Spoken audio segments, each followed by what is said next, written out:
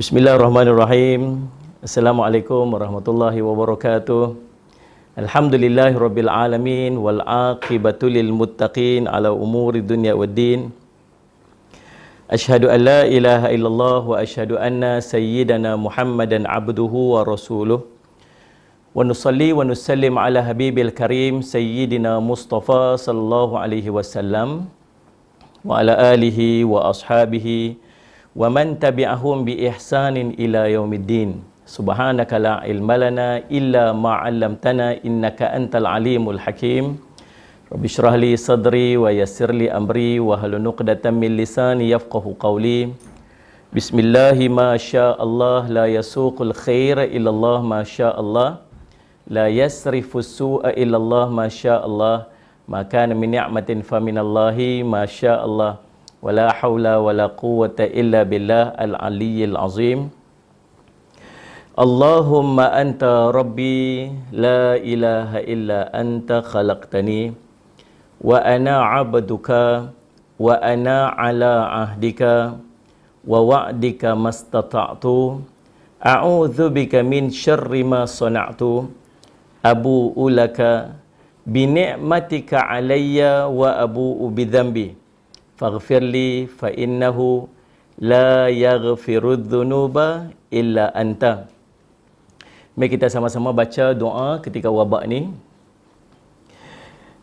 Bismillahirrahmanirrahim. Bismillahilladzi la yadurru ma'asmihi syai'un fil ardi wala fis samai wa huwas samiul alim. Bismillahilladzi la yadurru ma'asmihi syai'un fil ardi wala fis samai wa huwas samiul alim. Bismillahilladzi la yadurru ma'asmihi syai'un fil ardi wala fis samai wa huwas samiul alim. A'udzu bikalimatillahi tammati min syarri ma khalaq. A'udzu bikalimatillahi tammati min syarri ma khalaq. A'udzu bikalimatillahi tammati min syarri ma khalaq. Allahumma inna na'udzubika minal barasi wal jununi wal judhami wa min sayyi'il asqami. Allahumma inna na'udzubika minal barasi wal jununi wal judhami wa min sayyi'il asqami.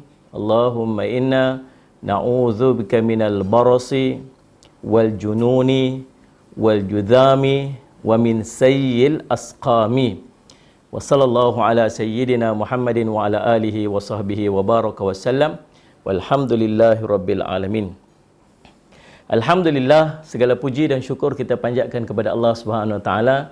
Dengan limpah kurnia inayah taufik di sisi Allah Subhanahu wa taala, kita dapat bersama-sama pada pagi ini dalam kuliah online kita. Tajuk yang nak kita bincang pada pagi ini menarik tuan-tuan, sebab tajuk ni menjadi isu perdebatan lah ni, bila semua orang duk kata benda yang duk jadilah ni adalah terkait dengan peristiwa-peristiwa akhir zaman.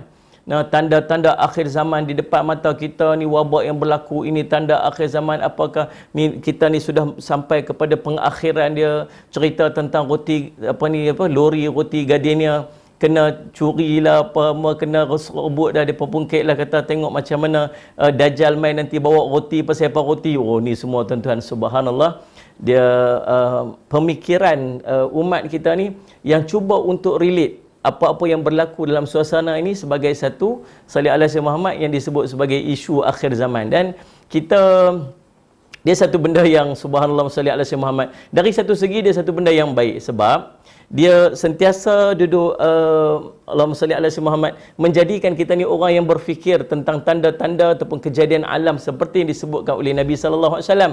Tetapi kadang-kadang kita punya exaggerate itu sehingga menyebabkan kita mula duk relate benda-benda yang tak patut kita relate. Kita mula duduk sebut benda-benda yang tak patut kita sebut, sehingga kan kita mula menggunakan akal kita untuk buat connection dengan semua benda-benda yang duk jadi dalam kehidupan dia seharian dia, termasuk yang disebut sebagai ni pandemik.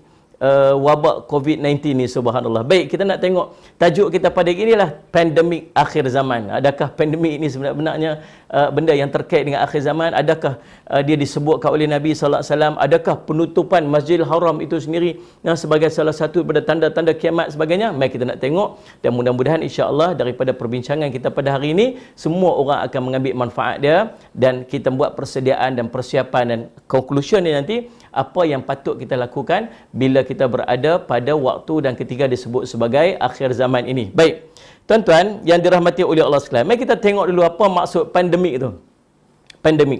Pandemik ni tuan-tuan, dia salah satu daripada yang disebut sebagai penyebaran wabak. Penyebaran wabak dia ada 3 peringkat sebenarnya. Dia endemik, epidemik dengan pandemik. Ni pun bagus juga duk mengaji benda-benda macam ni kan. Dulu kita mana pernah duk mengaji benda-benda macam ni, kita tak tahu pun tuan-tuan. Bagus juga, subhanallah tuan-tuan sallallahu alaihi wasallam. Dia ada hikmah yang terkandung di sebalik apa yang berlaku. Apa sahaja yang berlaku pasti terkandung hikmah di sebalik dia. Bila kita lah ni kita belajar banyak hadis-hadis ataupun perkara-perkara yang baru yang kita tak belajar bila tak berlakunya wabak macam ni. Sebagai contohnya tuan-tuan, sallallahu alaihi Muhammad, kita tak pernah duduk tahu tentang apakah perintah Nabi sallallahu alaihi wasallam. Yang selama ni kita duduk belajar tentang kuarantin. Kalau ada seorang yang kena satu penyakit, yang penyakit ini boleh menyebabkan orang lain pun terkena juga, maka dikuarantinkan. Sebagainya, Ustaz Syamad. Rupa-rupanya dia ada hadis Nabi SAW hampir 1500 tahun yang lalu, Nabi SAW telah berpesan tentang kalau berlaku satu wabak tempat, jangan masuk dalam dia, orang dalam jangan keluar. Ini merupakan perintah Nabi SAW yang Nabi SAW dah sebut dah, cuma Nabi SAW tak sebutlah tentang kuarantin itu. Maka tuan-tuan, kita belajar banyak benda-benda baru, hukum-hukum yang terkait dengan penutupan masjid, hukum-hukum penangguhan semayang berjemaah, penangguhan semayang Jumaat, bahkan subhanallah banyak ilmu-ilmu baru yang kita belajar apabila berlaku satu-satu isu di kalangan masyarakat kita, subhanallah. Dan salah satunya ialah wabak. Apabila wabak ini berlaku, maka banyak ilmu-ilmu baru yang kita boleh belajar dan kita boleh pelajari, subhanallah. Baik tuan-tuan sekalian, endemik, mula-mula endemik. Endemik ni tuan-tuan yang peringkat paling rendah. Kejadian penyakit yang sentiasa wujud dalam masyarakat ataupun sentiasa ada dalam satu tempat. Penyakit ini dijangka sentiasa ada kesnya dan pada kadar yang stabil ataupun rendah. Contoh dia macam denggi. Dia ada je dalam masyarakat tu. Sallallahu alaihi Muhammad. Kalau sebut denggi ni di Malaysia, dia merupakan endemik. Kemudian mai peringkat atas sikit disebut sebagai epidemik. Epidemik ni apa? Dia berlaku di kalangan daerah ataupun orang. Kejadian penyakit ini naik mendadak melebihi kadar biasa dan dilihat jelas dalam komuniti dalam tempoh masa yang tertentu. Dia juga dikenali sebagai wabak. Sebagai contoh, jangkitan demam kepialu pada 2 kes yang saling berkaitan dianggap sebagai wabak ataupun epidemik. Jadi subhanallah, sallallahu alaihi wasallam, yang ni dia masih dalam kawalan. Dia tak merebak dengan cepat. Pandemik, ni yang kita sebutlah ni. Lah ni dia main peringkat pandemik. Siapa yang isytihar pandemik? WHO yang isytihar pandemik. Lalu subhanallah, sallallahu alaihi wasallam Muhammad, pandemik bermaksud yang melibatkan semua daerah ataupun orang, kejadian wabak besar-besaran yang merebak seantero dunia. Seantero dunia, sallallahu alaihi wasallam Muhammad. Jadi merentasi wilayah, melibatkan populasi yang besar, kebanyakannya melibatkan jangkitan kuman, kebiasaannya melibatkan jangkitan penyakit yang baru disebut sebagai novel. Novel yang kita sebut tu, novel tu bukan novel yang kita baca tu. Novel ni ialah satu bentuk penyakit baru. Ciri pandemik adalah melibatkan kadar serangan yang tinggi dalam masa yang singkat. Dia melibatkan sebaran yang pantas dan menyebabkan kadar kematian yang tinggi. Contohnya kejadian Black Death di antara kurun 14 hingga kurun ke-17 yang melibatkan kematian 2/3 penduduk dunia dulu, subhanallah. Jadi tuan-tuan, semak disebut sebagai pandemik. Dan COVID-19 ini telah pun diisytihar pandemik oleh WHO. Itu kita nak faham pandemik. Yang kedua, tuan-tuan, ialah akhir zaman. Akhir zaman. Akhir zaman ni tuan-tuan, dia bermula dengan kelahiran baginda Nabi sallallahu alaihi wasallam. Itu adalah permulaan kepada tanda akhir zaman. Nabi sallallahu alaihi wasallam itu sendiri, kerasulan Nabi sallallahu alaihi wasallam itu sendiri dah menjadi salah satu daripada tanda awal akhir zaman. Kita ni duduk pada akhir zaman lah. Daripada Nabi sallallahu alaihi wasallam sampai ke hari kiamat. Itulah akhir zaman. Sebab tak ada dah kaum yang akan muncul selepas ni. Tak ada dah nabi yang akan muncul selepas daripada Nabi Muhammad sallallahu alaihi wasallam. Maka kita disebut sebagai umat akhir zaman. Cuma dalam fasa akhir zaman ni kita duduk tang mana? Itu yang kita nak tahu. Dalam fasa akhir zaman ni kita duduk kat mana? Kita duduk kat awal ke, kita duduk tengah ke, kita duduk di hujung ke?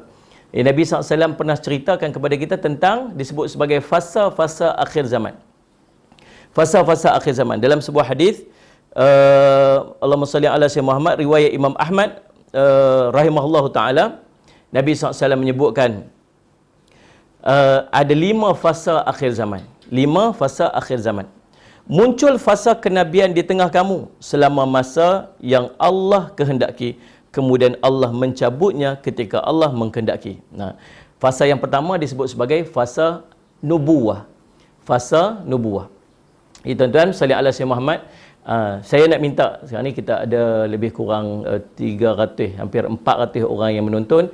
Saya nak minta setiap yang menonton tolong klik butang share. Nah, jadi subhanallah, apa yang kita buat pada hari ini ialah salah satu daripada program kita mempromosikan yayasan salli ala sayyidina Muhammad, yayasan Budi Ihsan Malaysia.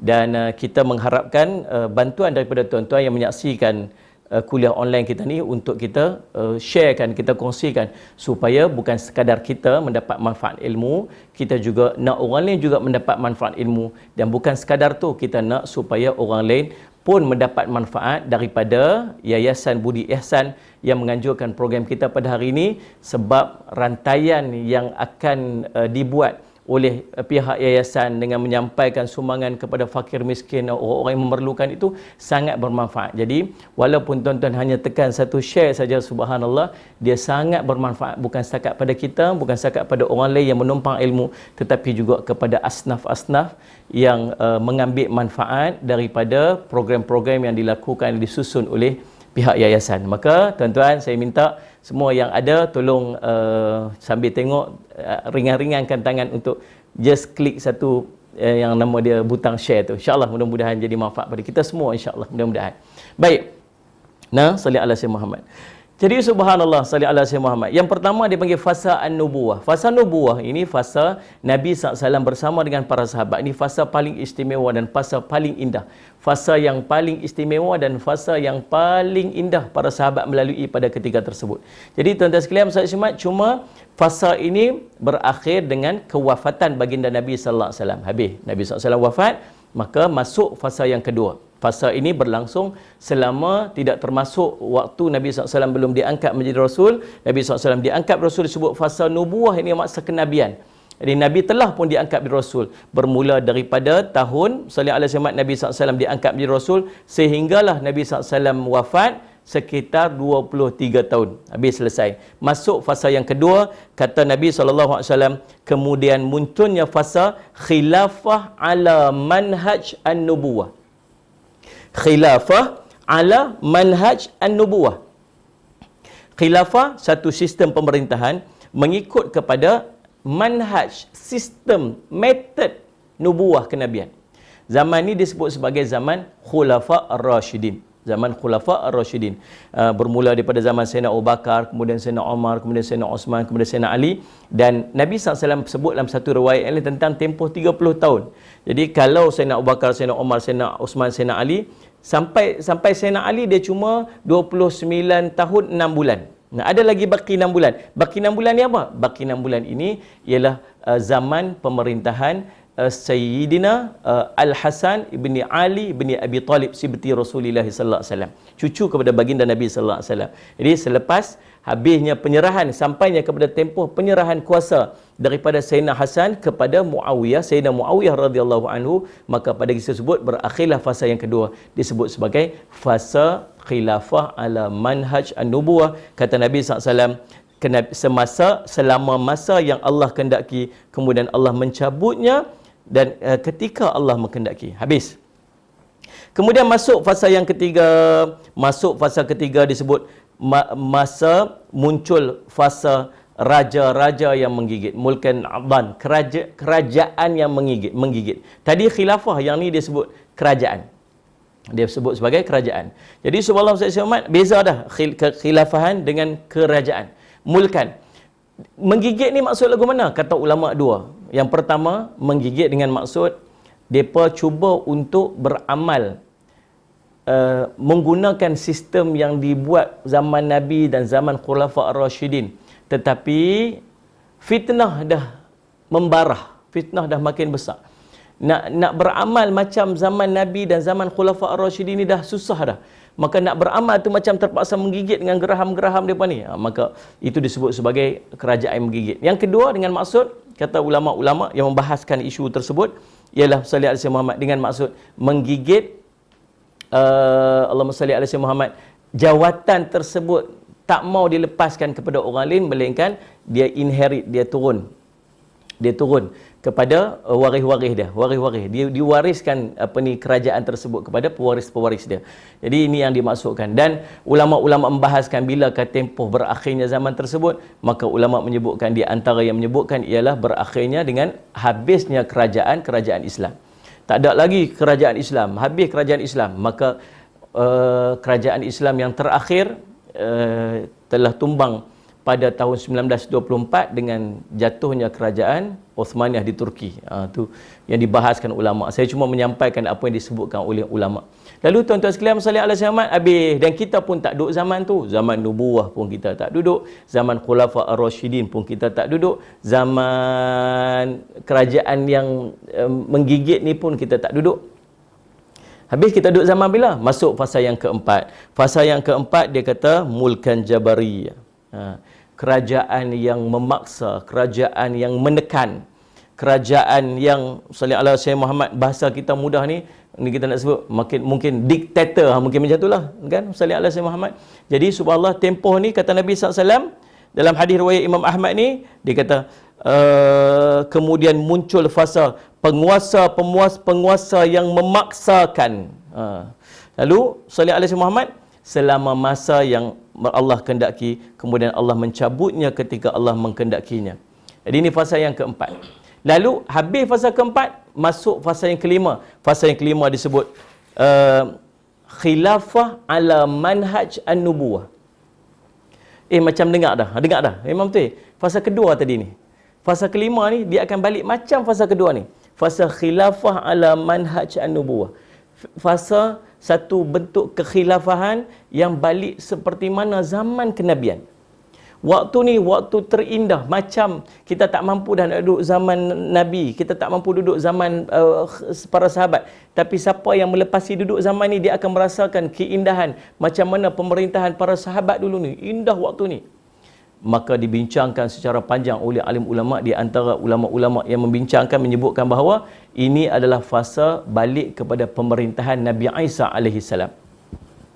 Nabi diceritakan riwayat bagaimana indahnya zaman pemerintahan Nabi Isa alaihi salam, balik macam mana zaman-zaman waktu aman damai. Seorang perempuan boleh berjalan dari satu tempat daripada Sana'a sampai ke Mekah dalam keadaan tidak ada siapa yang akan kacau dia. Salli alaihi Muhammad, dalam keadaan binatang-binatang buas boleh duduk sama-sama sekali. Subhanallah tuan-tuan, serigala dengan kambing bibiri duduk main dam sama-sama kan? Contoh saya tak tahulah. Contohlah. Jadi subhanallah Muhammad nak cerita waktu tu aman damai. Ulama kata apa? Dia boleh jadi fasa pemerintahan Nabi Isa alaihi salam. Walaupun perbincangan ulama panjang tentang ni, saya memetik satu saja. Ada yang kata zaman inilah zaman Imam Al-Mahdi. Wallahu alam tuan-tuan. Cumanya yang pastinya kita duduk pada fasa yang keempat ni. Kita duduk fasa keempat ni. Fasa keempat ni merupakan fasa banyaknya berlaku fitnah-fitnah akhir zaman. Bilakah pecahnya pintu fitnah ni? Fitnah ni maksud ujian-ujian yang berlaku. Bila pecah pintu fitnah ni?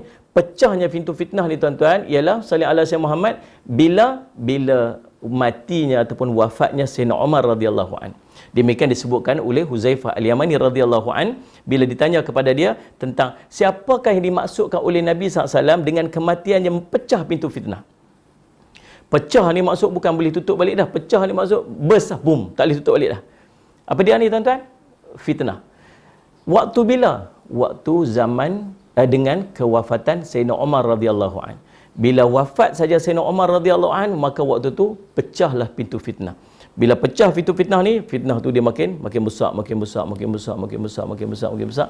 Dan subhanallah, kita berada pada zaman kemuncak fitnah. Zaman fitnah ni. Zaman Nabi SAW sebut fitnah akhir zaman ni macam apa? Macam batu yang hitam, semut yang hitam duduk atas batu yang hitam seperti malam yang gelap, pada malam yang gelap. Fitnah pada akhir zaman, satu riwayat menyebutkan seperti malam yang gelap. Malam, bukan setakat malam, gelap pula. Fitnah duduk di depan mata-mata kita ni sampai kita tak berasa kata tu satu fitnah. Ujian duduk di depan mata kita tapi kita tak berasa kata itulah fitnah akhir zaman. Kita tak nampak. Tuan-tuan sekalian saya hormat. Dan takdir Allah kita duduk pada zaman tu. Dan kita menyaksikan banyak tanda-tanda kecil kiamat berlaku di depan mata kita. La taqumus hatta ta'udda ardu arabi murujan wa anhar.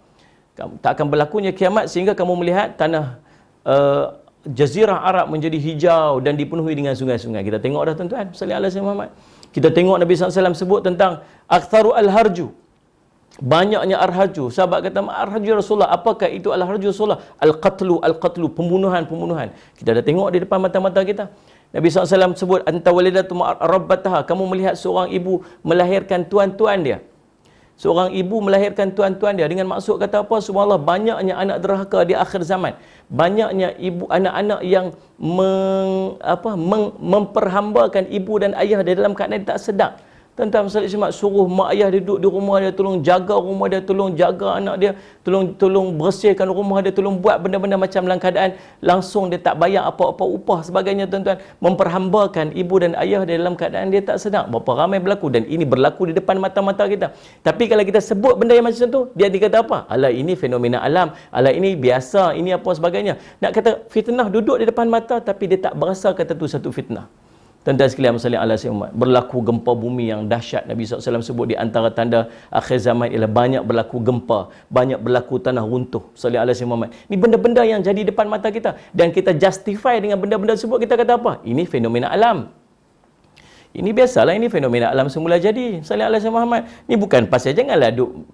Dia kata kat kita balik, jangan duduk belagak Tuhan, dia kata kita. Kan? Sallallahu alaihi wasallam. Nabi SAW sebut. Kita kata, ni ambil iktibar ni, perhatikan ini tanda-tanda kiamat apa semua Nabi SAW sebut. Dia kata, jangan duduk belagak Tuhan, ni pasal penyalahgunaan penerokaan hutan secara besar-besaran lah, apa sebagainya. Nak tak membina bangunan tanpa apa sebagainya, akhirnya berlaku tanah runtuh. Dia menggunakan akal untuk justify. Sebab tu tuan-tuan, nanti apabila berlaku matahari nak naik sebelah barat, walaupun ada tanda catat dalam kitab Imam Ibnu Katsir rahimahullah taala An-Nihayah fil Fitan wal Malahim, cerita memetik beberapa daripada hadis Nabi SAW yang menceritakan tentang apa yang akan berlaku 2-3 hari sebelum matahari naik sebelah barat. Sebelum matahari naik sebelah barat, tuan-tuan, apa yang akan jadi? Akan berlaku solat 2 ataupun 3 malam yang panjang. 2 atau 3 malam yang panjang, tuan-tuan. Allahumma salli ala sayyidina Muhammad. 2 atau 3 malam yang panjang ni, sampai ke tahap, tuan-tuan, kita bangun pagi itu sampai tengah hari itu masih malam lagi. Waktu tu mata bintang-bintang akan dijauhkan daripada kita. Tuan-tuan sekalian, semualah. Pun pada waktu tu pun masih ada orang melakukan kemaksiatan. Waktu tu pun masih ada orang tak tutup aurat. Waktu tu masih pun ada orang yang tak semayang. Pasal apa? Pasal mereka justify dengan akal. Dan mungkin waktu sebelum berlaku benda tu akan ada dah keluar saintis-saintis mana ke apa, profesor mana yang akan cerita, oh jangan risau, 2-3 hari lagi akan berlaku malam yang panjang, ini fenomena alam semula jadi. Dia akan justify dengan akal dia dan meletakkan kebesaran Allah di tepi. Ini macam jadi wabak kita ni, tuan-tuan. Bila jadi wabak ni, ada orang nasihat kita, muhasabah diri kita, mungkin ada kita melakukan kesilapan dan kemaksiatan. Dia kata, oh kalau macam tu, oh semua ni satu dunia, dia duk kira macam tu. Kita kata, mungkin benda tu jadi pada kita. Kalau kita yang buat salah tu turun kat kita, sudahlah. Ni sampai turun sampai Cina, nak buat kita duduk sampai Cina ke? Oh, macam tu pula dia pergi, tuan-tuan. Sampai bila pun dia tak boleh nak muhasabah diri dia, nak meletakkan mungkin benda-benda tu, wabak tu boleh terjadi disebabkan oleh dosa-dosa yang dia lakukan. Sebab Allah sebut dalam Quran, "Dhaharal fasadu fil barri wal bahr bima kasabat aydin nas." Sallallahu alaihi wasallam Muhammad. Firman Allah kata apa? Telah timbul pelbagai kerosakan dan bala bencana di darat dan di lautan disebabkan oleh apa yang dilakukan oleh tangan-tangan manusia sendiri. Tuan-tuan, sallallahu alaihi wasallam Muhammad. Tuan-tuan, jadi subhanallah, sallallahu alaihi wasallam Muhammad, Allah suruh apa? Liyudhiqahum ba'dalladhi amila la'allahum yarji'un. Allah sebut, sallallahu alaihi wasallam Muhammad, kerana Allah nak buat apa? Timbulnya yang demikian tu, bila berlakunya wabak, bila berlakunya bencana, bila turunnya bala, Allah nak kita buat apa? Kerana Allah nak mereka merasakan sebahagian daripada balasan perbuatan buruk yang mereka lakukan sendiri, supaya mereka kembali insaf. Ada orang dia tak mau ambil pengajaran, dia tak mau letak dia sebagai satu pengajaran. Sebab apa? Sebab dia sentiasa duk justify, bukan salah aku, ni bukan aku yang buat, ni hampa lah yang buat, ni hampa lah yang buat, tunjuk, tunding semua orang. Dekat dia tak tunjuk. Tuan-tuan, salli ala Sayyidina Muhammad. Maka tuan-tuan, supaya dia kembali insaf. Baik, tuan-tuan, Allahumma salli ala Muhammad. Habis, kemudian Nabi sebut fasa yang kelima ialah fasa khilafah ala man, nak buah balik macam mana fasa yang kedua, salli ala Sayyidina Muhammad, iaitu zaman yang indahnya seperti zaman kerasulan Nabi SAW, zaman yang indahnya seperti zaman Khulafa Ar-Rasyidin radhiyallahu an. Dan selepas daripada itu kata dalam riwayat tersebut, kemudian Nabi SAW pun diam. Hadis riwayat Imam Ahmad. Baik, tuan-tuan, salli ala Sayyidina Muhammad. Jadi dalam tempoh kita duduk melalui fasa ni, fasa wabak ni tuan-tuan, pandemik ni, ada yang mula mengaitkan tentang isu-isu akhir zaman. Di antaranya dia katakan bahawa tengok apabila masjid sudah tak ada orang, masjid dah tak boleh nak masuk dah. Salli ala Sayyidina, kita dah tak boleh nak masuk ke masjid lagi. Nah, kemudian Allahumma salli ala Sayyidina Muhammad, diceritakan juga tengok Masjidil Haram pun dah tak boleh nak masuk. Tengok haji pun tak boleh nak buat. Tuan-tuan, salli ala Sayyidina Muhammad. Hari itu ada buat press statement daripada pihak berkuasa Tanah Suci Haram. Dia menyebutkan tentang haji.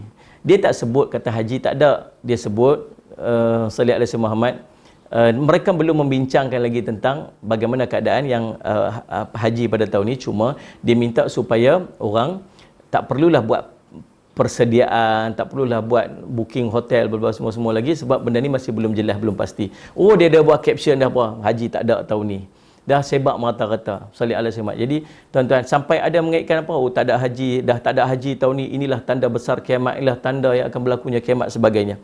Tuan-tuan, subhanallah, kalau kita cek balik, Allahumma salli ala Sayyidina Muhammad, kalau kita cek balik, kita tengok sejarah Masjidil Haram, hakikatnya tuan-tuan, dah 40 kali dah Masjid Haram tu ditutup.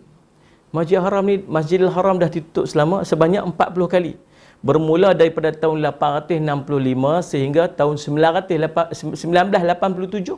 akibat daripada berbagai isu berbagai sebab, peperangan lah, kebakaran lah, wabak penyakit, proses pembaik pulih lah, demikian yang berlaku. Artinya ini bukan kali pertama. Maka salli ala Sayyidina Muhammad, sebaiknya kita serahkan kebijaksanaan ini kepada pemerintah yang menguruskan Masjidil Haram pada kita sini untuk nak menyelesaikan isu wabak ni.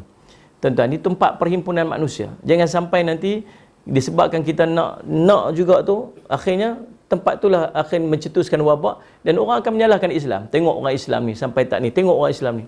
Tuan-tuan, bila disuruh tutup masjid sebagainya, tuan-tuan, Allahumma salli ala Sayyidina Muhammad. Kisah-kisah penutupan masjid boleh dibaca dalam kitab-kitab.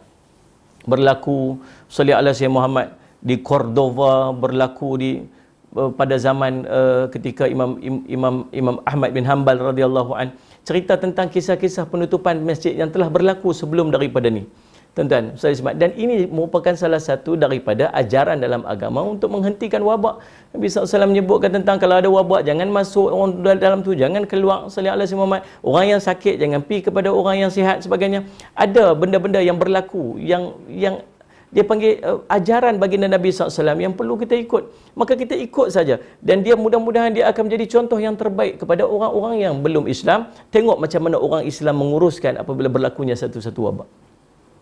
Tuan-tuan yang dirahmati oleh sekalian, salli ala Sayyidina Muhammad. Nah, dalam kisah, beberapa kisah salli ala Sayyidina Muhammad pernah mencatatkan wabak taun. Nah, sejarah pernah mencatatkan satu wabak taun yang berlaku di Tanah Suci pada tahun 1814 yang mengorbankan tuan-tuan 8,000 jemaah haji. Inna lillahi wa inna ilaihi raji'un. Begitu juga pada tahun 1831, 3/4 daripada jemaah haji pada tahun berkenaan terkorban disebabkan wabak yang dipercayai datang daripada negara India pada kisah tersebut. Jadi subhanallah sallallahu alaihi wasallam, jadi benda tu pernah berlaku dah dulu. Nah, tahun 1814, tahun 1831, Tuan-tuan, padahal waktu tu jumlah jemaah belum sampai lagi macam mana jemaah sekarang ni. Yang boleh mencecah sehingga 4 juta orang, tuan-tuan. Preparation mereka buat sampai ke tahap boleh menampung sejumlah 4 juta jemaah haji. Dia punya target. Tuan-tuan, kalau 4 juta, kalau dulu tuan-tuan mungkin sejuta, kalau dulu mungkin 800,000, tahun 18-14 ni tuan-tuan mungkin berapa puluh ribu saja yang pergi haji. Itu pun tuan-tuan 8,000 jemaah haji kena. Maka daripada benda yang pernah berlaku ni, mereka buat apa? Mereka buat precaution. Ni jumlah yang nak main ni lagi besar. Maka subhanallah, salli ala Sayyidina Muhammad, mereka ambil keputusan untuk berlebih berhati-hati. Salli ala Sayyidina Muhammad. Nah, jadi tuan-tuan, kesannya mereka mengambil satu keputusan besar untuk menutup Masjidil Haram daripada kehadiran jemaah haji untuk melaksanakan ibadah berkenaan pada 1850, 1865, 1883 apabila berlakunya wabak penyakit. Malah pada tahun 1837 sekali lagi wabak penyakit berlaku sehingga menyebabkan ibadah haji untuk 3 tahun berikutnya tidak diadakan. Tahun 1837 bila berlaku wabak ni, tahun 1838, 1839, 1840. Tahun 3 tahun ini tak ada ibadat haji. Tuan-tuan, jadi subhanallah, tahun 1864 pernah berlaku 1,000 orang penziarah Al-Haramain terkorban dalam sehari kerana wabak penyakit yang sangat berbahaya sehingga menyebabkan ibadat haji dikecualikan pada tahun berikutnya, iaitu 1865. Tuan-tuan, jadi kita nak clearkan dekat sini yang subhanallah salli ala Sayyidina Muhammad, kalaupun berlaku tidak ada haji pada tahun ni, sebenarnya benda ni pernah pun berlaku dulu di Masjidil Haram. Kan, salli ala Sayyidina Muhammad, pernah pun berlaku. Jadi janganlah kita sampai nak mencetuskan kerisauan, kita risau sebagainya. Salli ala Sayyidina Muhammad. Sebab benda ni dah pernah berlaku dah, dan ini merupakan salah satu daripada maslahah, salah satu daripada ikhtiar yang dibuat oleh pihak yang berwajib untuk mengelakkan berlakunya penularan wabak. Kalau kita duduk kat sini, tuan-tuan boleh bayang tak? Kita pusing-pusing, dibuat PKP, kita pusing kat sini je. Tuan-tuan, kalau dekat Masjidil Haram tu seluruh dunia akan pergi dan semua orang akan bawa balik. Dan apa yang akan jadi? Orang akan kata, tengok orang Islam yang menjadi pencetus kepada penyebaran wabak. Ini fitnah balik kepada Islam. Maka tuan-tuan, salli ala Sayyidina Muhammad, tugas kita ialah apa? Ialah untuk taat kepada perintah, taat kepada orang yang menguruskan. Dan mudah-mudahan dia menjadi satu kebaikan, insya-Allah. Baik, tuan-tuan sekalian, salli ala Sayyidina Muhammad. Kita masuk berikutnya, perbincangan berikutnya tuan-tuan, tanda akhir zaman. Ada tak yang disebut sebagai wabak ni? Tuan-tuan, salli ala Sayyidina Muhammad, merupakan salah satu daripada tanda-tanda akhir zaman. Mari kita tengok. Baginda Rasulullah SAW telah mengkhabarkan mengenai peristiwa akhir zaman yang mana akan berlaku wabak. Sabda baginda Nabi SAW yang telah disampaikan kepada kita oleh seorang sahabat Nabi SAW bernama Auf bin Malik radhiyallahu anhu, dia berkata, aku pernah bertemu dengan Nabi SAW dalam perang Tabuk. Salli ala Sayyidina Muhammad, ketika terjadi perang Tabuk, dan baginda pada ketika tersebut berada di sebuah khemah yang terbuat daripada kulit. Lalu baginda bersabda, hitunglah 6 perkara yang akan terjadi menjelang hari kiamat. Subhanallah tuan-tuan. Jadi Nabi SAW ni, salli ala Sayyidina Muhammad, Allah bagi apa dekat Nabi tuan-tuan? Allah bagi kepada Nabi SAW yang disebut sebagai apa? Sebut sebagai ilmu yang akan datang, pengetahuan yang akan datang. Ini mukjizat Nabi SAW. Nabi SAW sebut tentang apa? Tentang hitunglah benda ni, ada akan berlaku 6 perkara ni nak menjelang kiamat. Nah, kita nak tengok 6 perkara ni. Apakah 6 perkara ni? Ada tak wabak, cerita wabak dalam 6 perkara ni? Jadi tuan-tuan sekalian, salli ala Sayyidina Muhammad, sebelum tu, marilah kita sama-sama, saya nak minta semua yang tengok, lagi sekali saya nak sebut, sahabat-sahabat kita yang menyaksikan live kita pada pagi ini, untuk sama-sama kita kongsikan, kita tolong klik je butang share tu. Bukan untuk saya sebenarnya. Bukan saya nak share tu, saya duk suruh share tu bukan untuk nak promote diri saya ke, kuliah saya ke, tapi saya nak promotekan program yang disusun dan dirancang oleh salli ala Sayyidina Muhammad, Yayasan Budi Ihsan Malaysia, yang menganjurkan program kita pada pagi ini. Tuan-tuan, Yayasan Budi Ihsan Malaysia ni tuan-tuan, dia merupakan satu yayasan yang objektif dia untuk menyampaikan sumbangan-sumbangan dan pertolongan-pertolongan kepada orang-orang yang memerlukan, yang kadang-kadang terpinggir daripada daripada sumbangan-sumbangan yang sepatutnya dia dapat daripada pihak-pihak kerajaan ataupun NGO.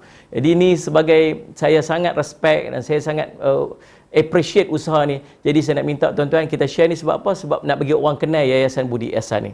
Nah, jadi pelbagai aktiviti telah mereka rancang untuk membantu golongan-golongan asnaf serta orang-orang yang berada dalam kesusahan disebabkan oleh musibah.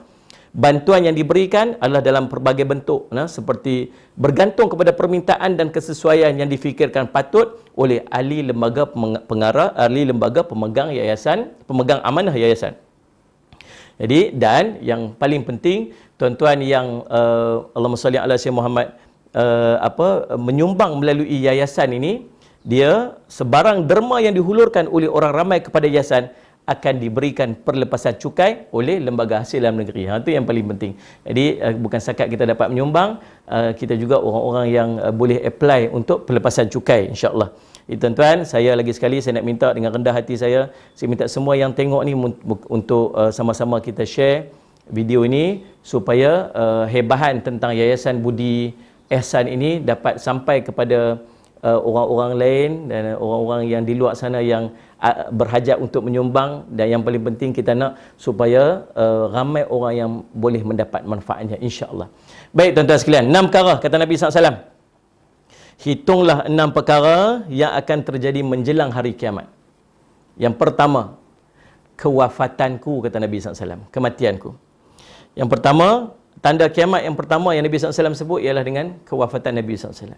Jadi tak lagi, jadilah tuan-tuan, dah 1000 tahun lebih dah Nabi SAW meninggalkan kita.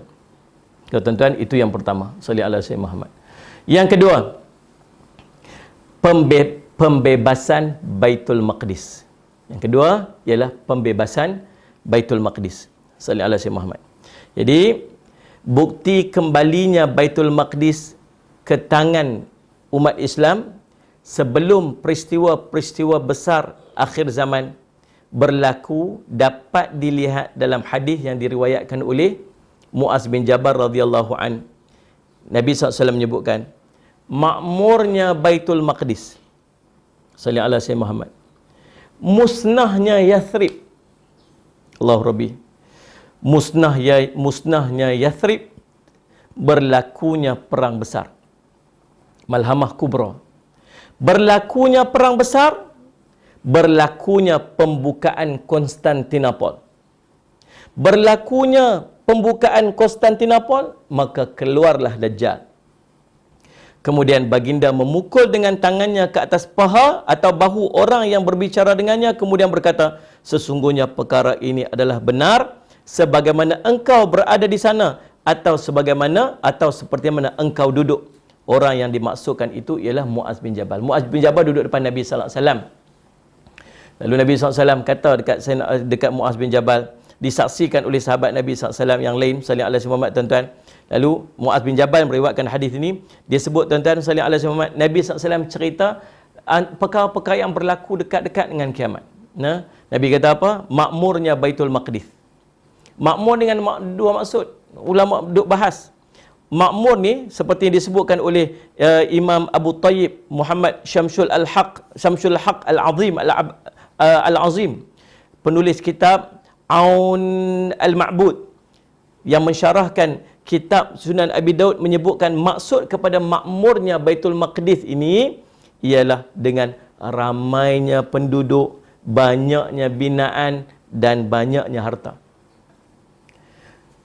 Jadi tak lagi, tuan-tuan biasa pergi tak Baitul Maqdis? Kan? Dia panggil Jerusalem, kan? Kita orang Islam kita panggil Baitul Maqdis lah, sebab orang Nabi SAW sebut tentang Baitul Maqdis. Kita sebut Baitul Maqdis. Yang Salih Alaihi Muhammad. Nah, kita bagaimana Nabi SAW sebut? Jerusalem bukan nama yang kita bagi. Jerusalem ialah nama yang disebutkan oleh orang-orang yang telah merampas kawasan tersebut. Jadi Salih Alaihi Muhammad. Lalu subhanallah, sallallahu alaihi Muhammad. Tuan-tuan, makmur tak Baitul Maqdis? Ya, sangat makmur. Tuan-tuan, dengan rumah-rumah yang begitu banyak, subhanallah, di sekitar kawasan kota lama Baitul Maqdis, tuan-tuan tengok, Allah, majunya subhanallah, manusianya sangat ramai. Tuan-tuan, sallallahu alaihi Muhammad. Tuan-tuan, nah, dia ada 4 bahagian, saya ingat, saya selalu Beberapa kali saya sampai ke sana untuk program TV dan sebagainya. Tuan-tuan sekalian Muhammad, ada bahagian untuk orang Islam, ada bahagian untuk orang Kristian, ada bahagian untuk orang Armenian kalau tak salah saya. Kemudian satu tempat lagi bahagian untuk orang Yahudi. Tapi bahagian orang Yahudi ni tuan-tuan, dia jarah sikit dia ambil. Orang-orang habis lari, tuan-tuan, orang Kristian lari keluar daripada Baitul Maqdis. Yang duk bertahan ni orang Islam yang tak mau keluar, buat pi lagu mana pun dia pun tak mau keluar. Dan salli ala sayyidina Muhammad. Di kawasan sekitar tu Allah macam-macam, tuan-tuan. Jadi subhanallah salli ala sayyidina Muhammad. Kata Said berkata Allahumma salli ala sayyidina Muhammad, Imam Abu Tayyib dia kata apa? Dia kata makmurnya Baitul Maqdis ni dengan ramainya penduduk, banyaknya binaan dan banyaknya harta. Salli ala sayyidina Muhammad. Lalu salli ala sayyidina Muhammad dia sebut musnahnya Yathrib. Lepas itu berlaku apa? Musnah Yathrib. Yathrib ni apa? Madinah. Musnah. Kemudian berlaku apa ni? Berlaku Malhamah Kubra, perang besar. Perang besar ni Nabi SAW pernah riwayat, dalam satu riwayat cerita, semua orang akan kena. Semua orang akan kena perang besar. Semua orang akan melalui perang besar ni. Daripada 100 orang hanya seorang yang selamat. Dan seorang yang selamat ni lah, dan semua orang berharap dia lah jadi orang yang selamat tu. Tu yang kita takut. Tuan-tuan sallallahu alaihi wasallam. Kemudian berlaku apa ni? Berlaku perang besar. Kemudian berlaku perang besar, berlaku pula pembukaan Konstantinopel. Kemudian keluar Dajjal. Sallallahu alaihi Muhammad, tuan-tuan. Jadi kemudian bagi dia tepuk tangan. Tepuk dekat paha Muaz bin Jabal. Dia kata apa? Kamu ni, benda ni semua benar, dia kata. Macam mana kamu duduk di sana? Kamu rasa tu macam mana kamu? Seolah nak beritahu macam apa? Waktu kita tengok benda tu kata apa? Betul yang Nabi kata dulu ni. Betul yang Nabi kata dulu. Betul yang Nabi kata dulu ni. Tuan-tuan, cuma macam mana kita menilai sesuatu dengan iman? Macam mana jadi ya? Sallallahu. Tuan-tuan, bila jadi satu benda, oh tak, ini fenomena alam. Oh tak, ini biasa benda jadi. Oh benda ni jadi dah dulu. Oh benda. Kita sampai bila pun kita tak mau nak muhasabah diri kita. Bila kita meletakkan satu benda dengan akal kita. Maka tuan-tuan, sallallahu alaihi Muhammad, kadang-kadang kita kena apa? Kita kena meletakkan sallallahu alaihi Muhammad kebergantungan kita atas segala keputusan daripada Allah. Baik, sallallahu alaihi Muhammad. Syed Sabiq menyebutkan dalam kitabnya Al-Aqaid Al-Islamiyah, pembukaan Konstantinopel itu bukanlah pembukaan yang pertama. Yang ini pembukaan oleh Sultan Muhammad Al-Fatih. Menurut riwayat Imam At-Tirmizi, pembukaan Konstantinopel berlaku serentak dengan bermulanya hari kiamat. Wallahu a'lam, tuan-tuan. Jadi dalam hadis ini disebutkan Baitul Maqdis akan terlebih dahulu makmur sebelum pembukaan Konstantinopel kedua tersebut. Ini bermakna Palestin mudah-mudahan satu hari nanti akan kembali menjadi milik orang Islam di akhir zaman. Bila Palestin dah kembali kepada milik orang Islam, maka waktu itu menunjukkan bahawa kita telah menghampiri waktu kiamat. Yang ketiga, satu tadi apa ni? Kewafatan Nabi. Yang kedua, pembebasan atau makmurnya Baitul Maqdis. Yang ketiga ialah ni. Yang ni lah, kematian yang menyerang kamu sebagaimana penyakit yang menyerang kambing sehingga mati tiba-tiba.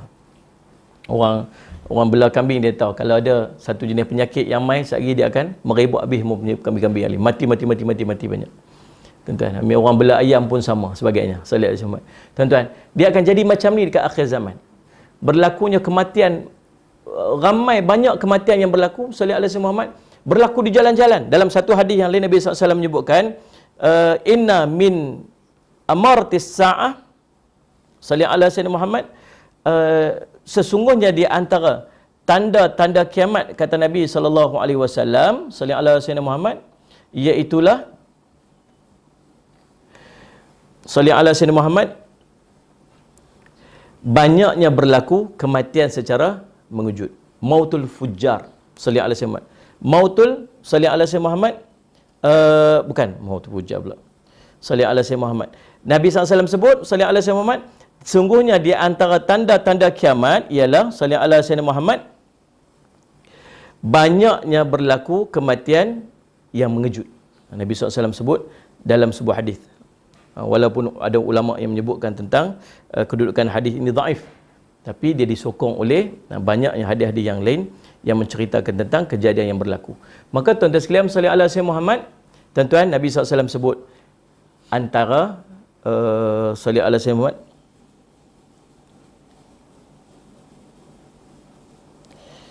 mautul faj'ati. Banyaknya berlaku kematian-kematian yang mengejut. Tuan-tuan, kita duk tengok benda-benda ni jadi depan mata kita. Merebaknya penyakit. Merebaknya wabak. Wabak berlaku dalam keadaan seolah macam kita tak mampu untuk kontrol. Semua orang berusaha untuk menghentikan wabak ni. Semua orang berusaha untuk bagi dia berhenti. Kita duk tengok apa yang berlaku di China. Kematian berlaku di jalan-jalan, tuan-tuan. Salih alaihi Muhammad. Orang ni tumbang, orang ni tumbang, orang ni tumbang. Allah, kita rasa macam ni betul-betul yang Nabi SAW sebut dulu ni. Kemudian tuan-tuan, kita tengok pula macam mana China mampu untuk handle dalam tempoh 2 bulan. Tiba-tiba subhanallah, daripada ribuan kematian, daripada puluhan ribu kes, tiba-tiba jadi kosong. Kita kata, hebatnya dia buat, macam mana dia buat. Kita pun cuba nak buat juga. Tapi subhanallah, seolah macam kita tak mampu nak kawal. Tengok macam yang berlaku pada Itali, tengok berlaku kepada Spain sebagainya, subhanallah. Seolah macam tak mampu nak kawal, tak mampu nak kontrol. Sampai ke apa? Sampai ke Presiden Itali sebut, dia kata apa? Kita dah tak mampu nak buat dah, kita dah habis ikhtiar dah. Ni kita bergantung kepada yang duduk di langit. Seolah dia nak beritahu, kata balik kepada Tuhan. Tuan-tuan sallallahu alaihi Muhammad. Lalu subhanallah sallallahu alaihi Muhammad. Ni kematian yang menyerang kamu sekalian bagaikan penyakit yang menyerang kambing sehingga mati tiba-tiba. Nabi SAW menyebutkan tentang perkara yang akan berlaku pada pada akhir zaman. Yang keempat, melimpahnya harta benda sehingga ada lelaki yang diberi 100 dinar namun masih marah kerana kurang. Ali subhanallah, melimpah ruahnya harta benda sehingga ada lelaki yang diberi 100 dinar namun masih marah kerana masih rasa kurang. Tuan-tuan, salih alaihi Muhammad. Abu Hurairah pernah menyebutkan Nabi SAW pernah bersabda, yang maksud tidak akan tiba hari kiamat sehingga harta menjadi banyak pada kamu. Harta itu terus melimpah ruah sehingga membingungkan pemilik dia. Siapa yang mau terima sedekah darinya? Lalu seorang dipanggil, kemudian dia berkata, aku tak perlu. Hadis riwayat Bukhari dan Muslim. Dalam satu hadis yang lain diriwayatkan daripada Abu Musa radhiyallahu anhu, Nabi SAW bersabda yang maksudnya, sungguh akan datang kepada manusia satu zaman di mana seorang berjalan mengelilingi dengan membawa harta sedekah berupa emas, kemudian dia tidak mendapati seorang pun yang mahu menerimanya. Jadi subhanallah, itu keadaan dia. Dan itu antara tanda akhir zaman. Dan ulama menyebutkan harta yang pernah menjadi melimpah ruah ialah pada zaman Khalifah Umar bin Abdul Aziz. Bahkan sehingga ada seorang pada zaman beliau menawarkan harta sedekah, tapi dipati tak ada seorang pun yang mahu menerimanya. Sebab apa? Sebab semua orang dah ada harta pada ketika tersebut. Bila ni? Tu zaman Umar Abdul Aziz. Nah, walaupun begitu, pendapat yang paling hampir berkenaan perkara ini adalah akan berlaku pada zaman Imam Al-Mahdi dan zaman Nabi Isa AS. Ini kerana banyaknya harta yang melimpah dan bumi mengeluarkan keberkatan serta galiannya. Nah, ini yang disyarahkan oleh seorang ulama, nama dia Yusuf bin Abdullah bin Yusuf Al-Wabil, dalam kitab dia. Jadi tuan-tuan yang sekalian saya simak, yang tu yang keempat. Yang kelima, Nabi kata apa? 6 perkara. Tengok 6 perkara ni. Yang kelima, timbulnya fitnah sehingga tidak ada seorang pun rumah orang Arab melainkan dia akan memasukinya. Akan muncul fitnah, sallallahu alaihi Muhammad, akan muncul fitnah yang akan kena kepada setiap orang Arab. Sehingga tak ada orang pun yang akan terlepas daripada dia. Fitnah ni apa dia? Fitnah ni ujian. Ujian-ujian yang sampai. Tuan-tuan, sallallahu alaihi Muhammad, dalam satu riwayat yang lain disebutkan bahawa sallallahu alaihi Muhammad, dari Abdullah bin Amr, dia berkata Rasulullah SAW bersabda, akan berlakunya fitnah, kacau bilau yang bakal membinasakan orang Arab. Orang yang terbunuh dalam kekacauan itu di dalam neraka. Mulut lebih tajam daripada pedang. Yang ni peperangan itu sendiri. Subhanallah tuan-tuan. Banyak tafsiran-tafsiran berkaitan dengan perkara tersebut. Tuan-tuan tengok kekacauan yang berlaku di negara-negara Arab. Subhanallah sallallahu alaihi Muhammad. Pembunuhan yang banyak berlaku. Sallallahu alaihi Muhammad. Masing-masing klaim bahawa dialah duduk di pihak yang benar. Orang ni kata dia benar, orang ni kata dia benar. Sallallahu alaihi Muhammad tuan-tuan, sampai kita pun tak tahu mana satu yang benar. Dia kata kami inilah mujahidin, kau ni kata kamilah mujahidin, masing-masing berbunuh sama-sama dengan orang Islam. Fitnah tuan-tuan, ini fitnah akhir zaman. Tuan-tuan, lalu Nabi SAW menyebutkan apa? Sehingga orang yang terbunuh pun dia duduk dalam neraka. Bukan yang membunuh. Orang yang terbunuh pun duduk dalam neraka. Lisan ni, lidah ni lebih tajam pada pedang. Tuan-tuan, kadang-kadang orang tak guna lidah ni, orang guna lidah ni. Ni. Kan, dengan WhatsApp, dengan Facebook, dengan sebaran-sebaran berita yang sebagainya. Subhanallah, tuan-tuan sekalian muslimat, ni fitnah yang akan berlaku di akhir zaman. Sebagian ulama menyebutkan apa? Kalau sebut orang-orang Arab dengan maksud orang-orang Muslim seluruhnya. Wallahu a'lam. Dan yang keenam, akhir sekali tuan-tuan, ialah perjanjian yang akan berlaku di antara kamu sekalian dan bangsa Asfar. Dia kata Bani Asfar. Akan berlaku satu perjanjian orang Islam dengan Bani Asfar. Lalu mereka mengkhianati perjanjian tersebut dan mereka datang sallallahu alaihi wasallam Muhammad menghadapi kamu di bawah 80 panji-panji perang. Sallallahu alaihi wasallam Muhammad. Sallallahu alaihi wasallam Muhammad, di bawah setiap panji pula terdapat lebih daripada 12,000 tentera. Akhir sekali berlaku perjanjian di antara orang Islam dengan Bani Asfar. Bani Asfar ni ulama sebut orang Rom. Orang kuning, orang kulit kuning. Depa khianat perjanjian tersebut. Dan depa nanti datang berperang dengan kita. Di bawah 80 panji-panji perang. Setiap panji perang itu ada 12,000 tentera. Hadis riwayat Bukhari. Siapakah Al-Asfar? Ibnu Kathir berkata, Al-Asfar ni apa dia? Rom berasal daripada keturunan Al-Ais bin Ishaq bin Ibrahim. Mereka dikenali sebagai Bani Al-Asfar. Dia orang Rom. Dan mereka beragama seperti Yunan. Yunan pula berasal daripada kelompok Yafis bin Nuh. Mereka menyembah bintang yang 7. Rom ini beragama Yunan selama 300 tahun sehinggalah kebangkitan Nabi Isa AS. Jadi yang dipaham daripada perkataan Ibnu Kathir ini, Al-Asfar ini ialah orang Rom. Orang Rom ni siapa? Hal ini ditegaskan oleh Syekh Muhammad Hasan bahawa Rom pada masa kini ialah Amerika ataupun Eropah. Sallallahu alaihi Muhammad. Ada ulama menyebutkan Rom ini adalah bangsa Eropah, orang-orang Eropah. Jadi subhanallah tuan-tuan, sallallahu alaihi Muhammad, berlakunya kiamat dalam satu riwayat dan Rom merupakan bangsa yang terbanyak. Maksudnya sehingga berlaku kiamat, bangsa Eropah ini akan kekal dengan jumlah dan kekuatan mereka. Rom ataupun bangsa Roman adalah bangsa Eropah pada ketika tersebut. Jadi tuan-tuan, sallallahu alaihi Muhammad, itu 6 perkara. Kalau kita saksikan 6 perkara ni tuan-tuan, maka subhanallah sallallahu alaihi Muhammad, kalau benda tu 6 perkara ni berlaku, maka kita telah menghampiri satu yang disebutkan sebagai tanda kiamat. Baik. Tuan-tuan, kita masuk pada bab yang terakhir, punca tersebarnya penyakit. Kita nak tengok. Ni berdalilkan kepada hadis Nabi SAW. Dia kata wabak penyakit ni mai jadilah apa sebagainya, turun bencana alam apa semua ni. Allah sebut tadi ni berpunca daripada tangan-tangan manusia. Maka tuan-tuan, sallallahu alaihi wasallam Muhammad, Nabi SAW pernah menyebutkan dalam satu hadis, sallallahu alaihi wasallam Muhammad, Nabi SAW bersabda, wahai sekalian kaum muhajirin, ada 5 perkara yang sallallahu alaihi wasallam Muhammad, sekiranya kamu terjatuh ke dalamnya dan aku berlindung kepada Allah supaya kamu tak berjumpa dengan dia. 5 benda ni, jaga elok-elok. Aku harap hangpa tak jatuh dalam benda ni sebab dia mengundang bala di sisi Allah. Sallallahu alaihi wasallam. 5 benda ni jangan buat. Aku harap hangpa tak jatuh. Aku harap hangpa tak buat benda ni. Demikianlah yang dimaksudkan oleh Nabi sallallahu alaihi wasallam. Tuan-tuan sallallahu alaihi wasallam Muhammad. Baik. Yang pertama, tidaklah nampak zina di satu kaum sehinggalah dilakukan secara terang-terangan kecuali akan tersebar di tengah-tengah mereka wabak.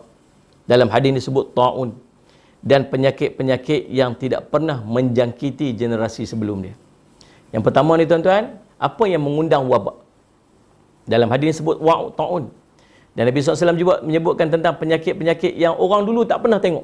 Orang dulu tak pernah tahu. Tak pernah jadi kat orang dulu-dulu. Tuan-tuan, apa dia? Apabila zahir zina secara terang-terangan.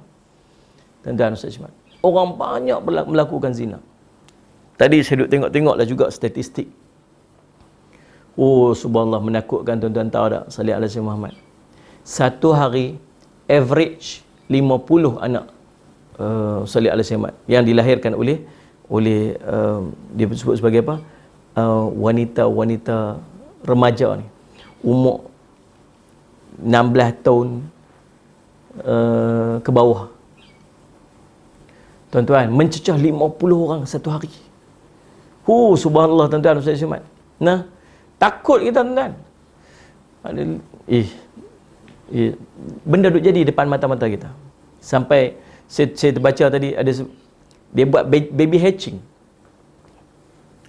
Satu negeri di negara kita ni tuan-tuan, negeri yang jadi paling banyak kes pembuangan bayi. Buang bayi paling banyak. Sampai terpaksa buat baby hatch dia panggil. Dia buat satu pintu tempat tak kalau tak mau baby tu pil tak kat situ. Nanti akan dijaga oleh. Dia tak menyelesaikan masalah tuan-tuan. Dia tak menyelesaikan masalah. Sallallahu alaihi Muhammad. Dia akan jadi apa? Dia macam seolah macam biarlah dengan tujuan yang baik untuk menyelamatkan. Tapi kita takut nanti orang akan memanfaatkan benda tu untuk berterusan melakukan kemaksiatan. Tuan-tuan, benda ni duk jadi subhanallah Ustaz. Kita takut. Dia merebak dengan cepat. Tuan-tuan sallallahu alaihi wasallam, orang bebas untuk melakukan zina. Orang tak malu untuk menunjukkan apa yang dia buat. Tuan-tuan sallallahu alaihi wasallam. Maka apa yang berlaku? Tuan-tuan sallallahu alaihi wasallam, tuan-tuan, apabila zina dilakukan secara terang-terangan, tersebar di kalangan kamu sallallahu alaihi wasallam, apa dia? Wabak, taun dan penyakit-penyakit yang tidak pernah menjangkiti generasi sebelum dia. Pertama. Yang kedua, tidaklah mereka menipu dalam timbangan kecuali akan ditimpa dengan kemarau berpanjangan serta kezaliman penguasa di atas mereka. Ini orang yang apa? Tipu dalam timbangan. Dia dapat apa? Dia dapat kemarau dan kezaliman penguasa atas dia. Yang ketiga, tidaklah mereka menahan zakat. Yang ini tidak membayarnya kecuali hujan daripada langit akan ditahan daripada turun ke atas mereka. Dan sekiranya bukan kerana haiwan-haiwan yang sentiasa berzikir kepada Allah, saya manusia tidak akan diberikan hujan. Orang tak keluar zakat, hujan akan tertahan. Allah kesian kat siapa? Allah kesian dekat binatang-binatang ternak yang duk berzikir, sentiasa berzikir kepada Allah ni, sebab tu Allah turunkan hujan lagi. Yang keempat, tidaklah mereka melanggar perjanjian mereka dengan Allah sallallahu alaihi Muhammad dan Rasul, kecuali Allah akan menjadikan musuh mereka daripada kalangan orang kafir berkuasa ke atas mereka. Lalu musuh tersebut mengambil sebahagian daripada apa yang mereka kehendaki. Orang ni apa ni? Melanggar perjanjian dengan Allah. Apa yang Allah larang, dia buat. Apa yang Allah suruh, dia tak buat. Langgar perjanjian dengan Allah dan Rasul. Allah buat apa? Allah akan buat orang kafir tu lebih kuat dan tidak gerun dengan mereka. Orang kafir ni akan menguasai mereka dan akan mengambil harta-harta mereka. Dan yang kelima, selama pemimpin-pemimpin mereka, yakni kaum muslimin, tidak berhukum dengan kitabullah dan mengambil yang terbaik daripada apa-apa yang diturunkan oleh Allah, yakni syariat Islam, maka Allah akan menjadikan permusuhan di antara mereka. Sallallahu alaihi Muhammad. Nah, selagi pemimpin tidak berhukum dengan kitabullah dan tidak mengambil yang terbaik daripada syariat Islam, apa yang akan jadi? Allah akan mewujudkan perselisihan dan permusuhan di antara orang Islam. Hadis riwayat Ibnu Majah. Jadi tuan-tuan, itu punca yang kita ambil satu di atas tadi ni, kita sebut sallallahu alaihi Muhammad tuan-tuan, bahawa wabak itu boleh tersebar dengan banyak berlakunya zina dalam masyarakat. Baik tuan-tuan sekalian, kita nak tutup dengan amalan-amalan yang kita boleh lakukan ketika kita berhadapan dengan wabak ni. Iaitulah kita kembali kepada Allah. Bila berlaku wabak ni, bila berlaku ujian macam ni, apa kita kena buat? Kita kena kembali kepada Allah. Kembali kepada Allah apa? Menyerahkan diri kita sungguh-sungguh kepada Allah. Berikhtiar sebagaimana yang ditunjukkan sallallahu alaihi Muhammad, yang diperintahkan oleh pemimpin-pemimpin kita, dan sallallahu alaihi Muhammad berikhtiar sebagaimana diarahkan oleh Nabi sallallahu alaihi wasallam, dan dalam keadaan kita menyerah diri kita kepada Allah dengan memperbanyakkan doa dan memperbanyakkan ibadat. Yang pertama apa kita kena buat? Yang pertama tuan-tuan ialah Allahumma salli ala sayyidina Muhammad. Tuan-tuan, kita kena memperbanyakkan ibadat sunat kita kepada Allah SWT. Ibadat wajib jangan ceritalah, memang kena buat. Ibadat-ibadat sunat ni, banyakkan baca Quran, banyakkan sembahyang sunat, banyakkan berzikir, banyakkan beristighfar kepada Allah. Tuan-tuan, banyakkan amalan-amalan sunat. Sebab apa? Sebab kita sedang mengharapkan kasih sayang Allah dekat kita. Nabi SAW menyebutkan dalam satu riwayat, dalam satu hadis, bahawa Allah berfirman, seorang hamba apabila dia melakukan ibadat-ibadat sunat sehingga aku mencintai dia, Lalu apabila aku mencintainya, akulah yang akan menjadi matanya dengan mata dia melihat. Akulah yang menjadi tangannya, telinganya dan telinga itu dia mendengar. Aku menjadi tangannya, tangan dia megang. Aku menjadi kaki yang kaki itu dia berjalan. Apabila dia meminta, bila dia berdoa, aku akan makbulkan. Dan apabila dia minta pertolongan, aku akan beri pertolongan. Setiap benda yang kita minta, Allah akan makbulkan. Setiap kali kita minta pertolongan, ya Allah tolonglah kami daripada wabak ni, Allah tolonglah bantu kami, jauhlah kami dari wabak ni, minta, Allah akan jauhkan dia daripada wabak tersebut. Mudah-mudahan. Tapi syarat dia apa? Perbanyakkan ibadat sunat. Sehingga Allah sayang dan Allah cinta kat kita. Buat amalan tersebut. Nah, salli ala Sayyidina Muhammad. Jadi tuan-tuan sekalian, salli ala Sayyidina Muhammad, perbanyakkan amalan-amalan sunat. Yang kedua, perbanyakkan bersedekah. Nah, banyakkan sedekah, perbanyakkan sedekah. Perbanyakkan infak. Dalam salih Ahmad, di waktu-waktu macam ni, orang yang kuat iman dia, dia akan banyak infak. Infak ni tuan-tuan, sedekah ini, salih ala Sayyidina Muhammad, dia mampu untuk melindungi kita daripada ujian-ujian dan musibah. Ya, salih ala Sayyidina Muhammad. Yang ketiga, perbanyakkan berdoa kepada Allah. Doa. Antara doa dia yang kita baca awal-awal tadi ni. Bismillahilladzi la yadhurru ma'asmihi syai'un fil ardi wala fis sama'i wa huwas samiul alim. Bismillahilladzi la yadhurru ma'asmihi syai'un fil ardi wala fis sama'i was samiul alim. Bismillahilladzi la yadhurru ma'asmihi syai'un fil ardi wala fis sama'i was samiul alim. Hadis riwayat daripada Imam At-Tirmizi yang Nabi SAW pernah menyebutkan bahawa salli ala Sayyidina Muhammad, salli ala Sayyidina Muhammad, jika dia dibaca 3 kali maka tidak akan ada apa bala yang akan menimpanya secara tiba-tiba sehingga waktu subuh.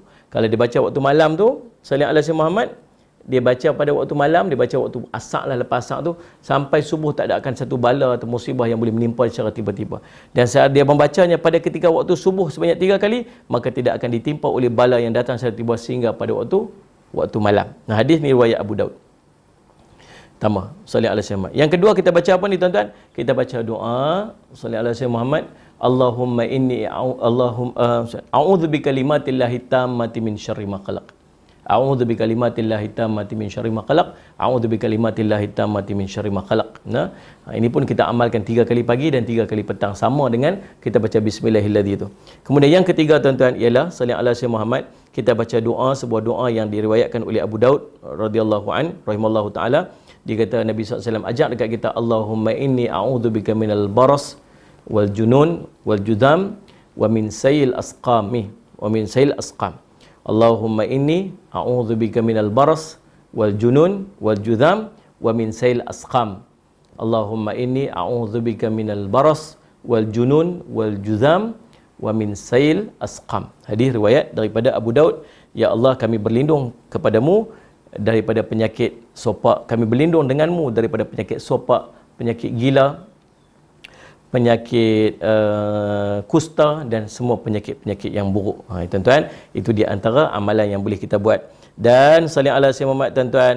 Jadi mudah-mudahan perkongsian kita pada hari ini menjadi manfaat untuk diri saya dan manfaat pada kita seluruhnya. Jadi saya ucap terima kasih kepada semua yang sudi menonton. Terima kasih kepada pihak Yayasan Budi Ihsan yang menganjurkan program kita pada pagi ini. Dan saya mohon maaf atas sebarang kesilapan, terlanjur bahasa, tersilap kata dan sebagainya, tersalah sebut bahasa tadi pun silap nak sebut. Bahasa Arab pun tersilap sebab tiba-tiba dia hilang kat sini. Subhanallah. Jadi saya minta ampun, minta maaf, salah silap. Aqul qawli hadza wa astaghfirullah li wa lakum. Wassalamualaikum warahmatullahi wabarakatuh.